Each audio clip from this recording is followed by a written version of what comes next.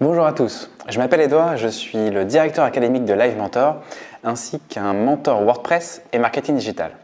Alors, lorsque vous commencez à lancer votre site internet, vous allez forcément vous poser la question à un moment du choix de votre nom de domaine et de votre hébergement. Le nom de domaine, c'est un peu la plaque d'immatriculation de votre site. C'est ce qui va permettre à n'importe quel internaute de le retrouver en tapant son adresse dans le navigateur. Le nom de domaine est unique. Il vous appartient et vous pouvez en faire ce que vous voulez, évidemment.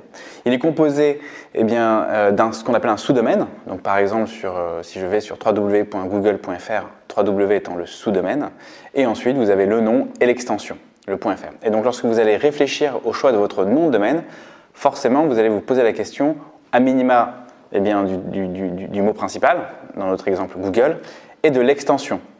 Donc, il en existe des dizaines. Peut-être même des centaines aujourd'hui. Vous avez le .com, le .fr, le .net, le .org. Et donc en fonction de votre activité, vous pouvez le choisir soit assez générique, même si aujourd'hui il y a beaucoup moins d'espace qu'autrefois, il y a beaucoup moins de noms de domaine disponibles, ou alors ils coûtent beaucoup plus cher, ou bien au contraire aller dans des choses assez spécifiques. Par exemple, si vous avez une activité locale à Paris, eh bien vous pouvez prendre un nom de domaine, une extension en .paris. Donc ça, c'est une façon intéressante de réfléchir au nom de domaine. Et ensuite, dans le choix de l'intitulé, vous avez également des questions à vous poser. Parce que Google, en termes de référencement naturel, donc le fait d'arriver en haut des résultats, regarde quels sont les mots-clés que vous avez dans votre nom de domaine.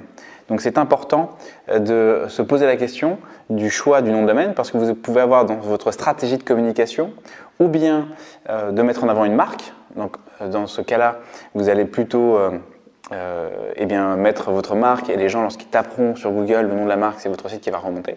Ou au contraire, plutôt une locution qui va vous permettre de remonter plus vite en haut des résultats. Donc dans le cas par exemple de Live Mentor, on a la marque Live Mentor, donc c'est livementor.com et lorsqu'on va sur Google, vous allez nous retrouver si vous tapez Live Mentor. On aurait pu par exemple choisir un nom de domaine du type, je dis n'importe quoi, écoledigital.com. Et là, si les gens cherchent école digitale, donc ils n'ont pas forcément le nom de la marque, mais ils cherchent un sujet, on avait potentiellement plus de chances de remonter. Donc vous, dans votre stratégie de communication, vous avez cette réflexion à avoir autour du nom de domaine.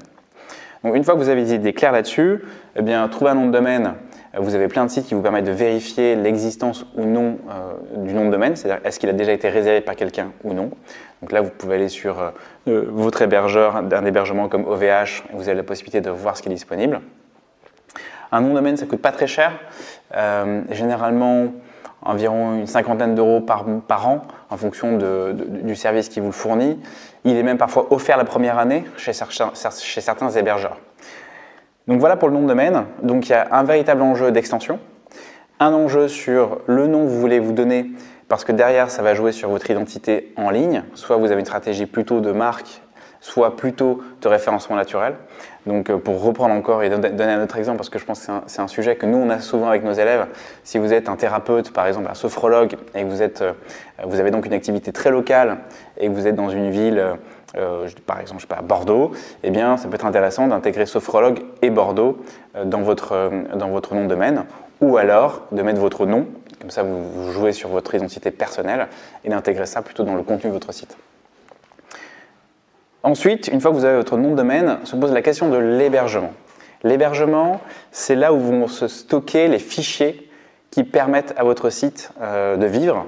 Donc là, dans le cadre typiquement de WordPress, eh bien, vous allez avoir besoin d'un hébergement qui stocke les fichiers de WordPress et également qui met à disposition ce qu'on appelle une base de données, c'est-à-dire les informations qui seront stockées par WordPress.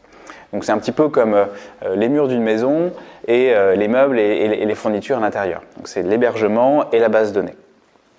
Et là c'est pareil, vous avez aujourd'hui pléthore de services qui mettent à disposition des hébergements. Vous en avez des très génériques, vous en avez des spécialisés pour WordPress qui vont coûter, partant du générique par exemple, je parlais d'OVH, peut-être une quarantaine d'euros pour un hébergement d'entrée de gamme. Et puis, vous pouvez assez vite monter sur des hébergements spécialisés WordPress, où là, vous pouvez être à 20, 30, 50 euros par mois, parce que les hébergeurs vous proposent des fonctionnalités très spécifiques adaptées à WordPress.